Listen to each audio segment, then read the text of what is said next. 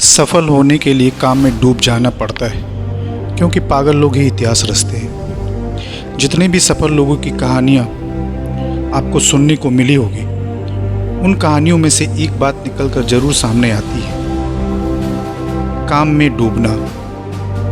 क्योंकि काम में डूबना अपने आप में एक पागलपन है, और जो पागल होते हैं वही उदाहरण बनाते हैं। मैं आपको इसी तरीके के कुछ काम में डूबे हुए पागलों की कहानी शेयर करूंगा। जाकिर हुसैन जी का तो नाम आपने ज़रूर सुना होगा, मशहूर तबला वादक। अगर 2 साल तबला बजाने के बाद जाकिर हुसैन जी ये कहते कि मज़ा नहीं आया, कुछ और करते हैं, लेकिन नहीं सर,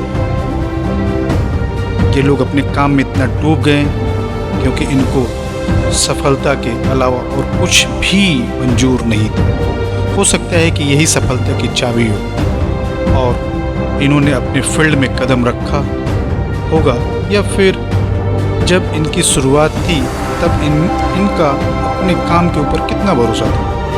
99%? नहीं सर, पूरा 100%। क्योंकि विश्वास था अपने ऊपर, अपने काम के ऊपर, अपनी पैशंस के ऊपर और अपने स्वयं के ऊपर। सचिन तेंदुलकर को कितना भरोसा था कि उनका कैरियर क्रिकेट में ही है। एक बार भी उनको ये नहीं लगा होगा कि इनका पैशन कुछ और अलग है।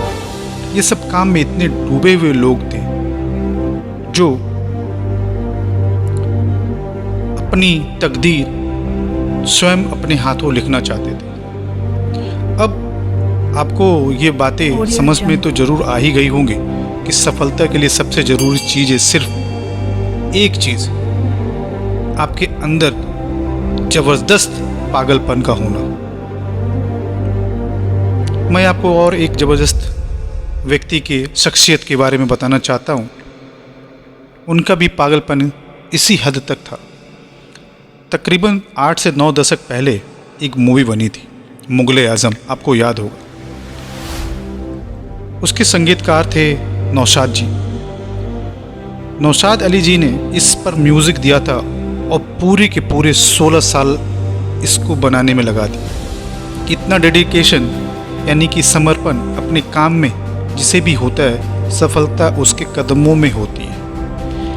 लेकिन जब हम मूवी देखे तो वाकई उनका संगीत लाजवाब था, और ये मूवी सुपर हिट हुई थी, जो कि इसीलिए आज भी चर्चा का विषय है। लेकिन क्या उसको बनाने में दिक्कत नहीं आई होगी? जरूर आई थी सर, क्योंकि किसी ने सच ही कहा है कि डर के आगे जीत है। भुला दे डर को, कुछ अलग कर, दुनिया तेरे कदमों में होगी और तू आसमान पे होगा। गाने का एक सीन था जिसमें तानसेन गा रहा था। जब ये दृश्य फिल्माया जाना था तो बिल्कुल गाने वाला व्यक्ति तानसेन की तरह ही उसके टक्कर का ही होना चाहिए था, और उस जमाने में तानसेन का मिलना बड़ा असंभव था। उन्होंने पूछा, ये गाना कौन गा सकता? उनके साथी ने बताया, ये गाना बड़े गुलाम अली खान साहब गा सकते, लेकिन वो तो मूवी में गाना गाते ही नहीं। नौशाद साहब ने कहा, ठीक है, तुम मुझे वहाँ ले चलो, मैं उनसे बातचीत करूँ। जब उनके पास नौशाद साहब पहुँचे तो उन्होंने पूछा, कैसे आना हो? उन्होंने बता दिया कि आपका गाना मैं गवाना चाहता हूँ अपनी मूवी में। तो गुलाम अली खान साहब ने कहा, मैं तो मूवी में गाना गाता ही नहीं। नौशाद अली साहब उस समय सिगार पी रहे थे और कस खींचते हुए बोले कि गाना तो आप ही गाएंगे। फिर खान साहब ने कहा, एक बार समझाया, नहीं माने, फिर से कस लिया और बोले, गाना तो आप ही गाएंगे। खान साहब बोले, कैसे बदतमीज इंसान हो, तुम्हें एक बार समझाने से मेरी बात समझ में नहीं आती? मैंने कहा ना, मैं मूवी में गाना नहीं गाता। उस जमाने में 500 रुपये प्रति माह मिलते थे किसी भी सिंगर को एक मूवी में गाना गाने के लिए।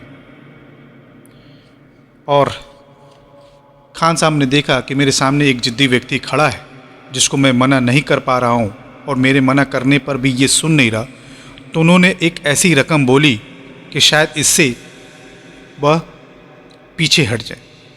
खान साहब ने बोला, मैं 50,000 लूँगा। नौशाद अली ने सिगार का कस लेते हुए 10,000 की गड्डी निकाली और फिर बोले, गाना तो आप ही गाएंगे। तो मान गए सर, क्योंकि उनको मालूम था बेस्ट के साथ समझौता नहीं कर सकते। आखिरकार गाना गवा ही दिया बड़े गुलाम अली खान साहब के। इतना डेडिकेशन और आत्मविश्वास था उनको उस मूवी के ऊपर, जी जान से लगे रहे और 16 साल लगा दिए।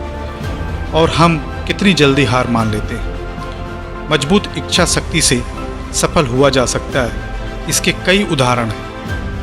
मैंने सिर्फ कुछ ही व्यक्तियों के उदाहरण आपके सामने प्रस्तुत किए हैं। काफ़ी कुछ सिखाती है ये मोटिवेशनल स्टोरी, ये व्यक्तित्व, इनसे हमें सीखना चाहिए।